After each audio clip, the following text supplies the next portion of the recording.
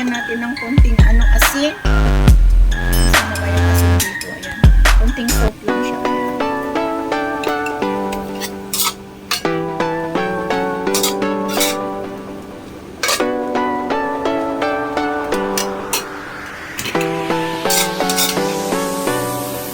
Ayan, ilalagay na natin yung itlog.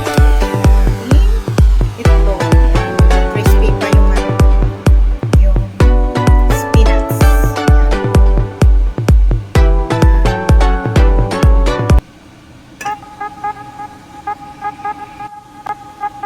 So, ayan siya.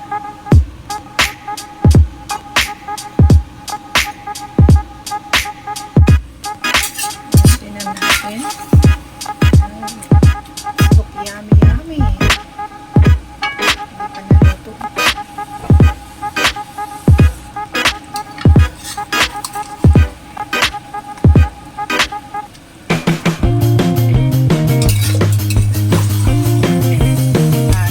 Mas madami yung spinach kaysa yung itlog. So, pag nagluto kayo, dapat kunti lang yung spinach ilalagay nyo. First time ko kasi magluto eh. Mas gusto ko kasi mas maraming gulay. Pero mas maganda mas kunti yung spinach kaysa yung itlog. Pero okay na rin ito.